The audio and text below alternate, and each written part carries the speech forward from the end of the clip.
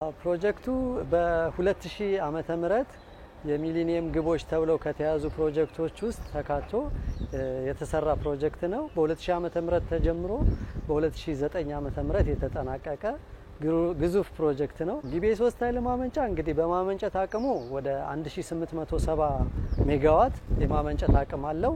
በዚህም እንግዲህ ወደ 6400 ጊጋዋት አወር በአመት ያመነጫል ማለት ነው። እንግዲህ ይሄ ኃይል ማለት ወደ 30 ሚሊዮን ቤቶችን ማብራት የሚችል ፓወር ማለት ነውና እጅግ በጣም ከፍተኛ ነው። አሁን ላይ በአገሪቱ ካሉት ከህዳሴ ቀጥሎ ግዙፍ የሆነ ጣቢያ ነው ማለት ነው። ጊቤ 3 እንግዲህ ለዚህ ቦታ ተብሎ የሚመነጭ ኃይል አይደለም። የአገሪቱን 50% እስካሁን ባለው ህዳሴ እስከሚገባ ድረስ ያንን ያክል ኃይል የሚሸፍን ጣቢያ ነው።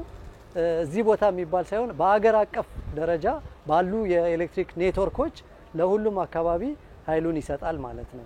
ስለዚህ በዚህ ደረጃ ሁሉንም አካባቢ ሰፖርት እንደሚያደርግ መጠን ወደ ውጪም ኤክስፖርት የሚደረገውን ኃይል ወደ ኬንያ የሚሄደውን በዋናነት እንደ ኃይል ምንጭ ሆኖ የሚያገለግለው የጊቤ 3 ነውና በዚህ ደረጃ ሰፊ የሆነ ኢኮኖሚ አስተዋጽኦ የሚያደርግ ጣቢያ ነው። አብዛኛው ወጣት የሆነ የተማረ የሰው ኃይል ነው ያለን።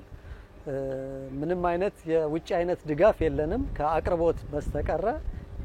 መለዋወጫ እቃዎች በእርግጥ እናስገባለን ከውጪ።